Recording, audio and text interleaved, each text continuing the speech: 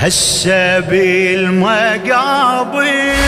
صايرة عيد ومعزية ودمعة ويوني.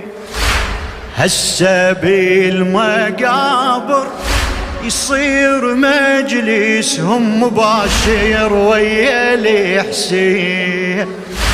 راح يشوفون جسم حسين والبصاير، راح يشوفون جسم حسين والبصاير،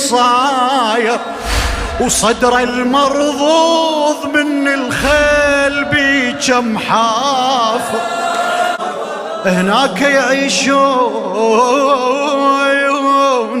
كل الصار يوم العاشر، مجلسهم بيه حسين بيه حمزة وبيه ياسين. ويبدي المجلس يا ناس وجروح الطف تلتام، وجروح الطف تلتام. فارقنا شقد كانوا ويانا بالموكب ملتمين.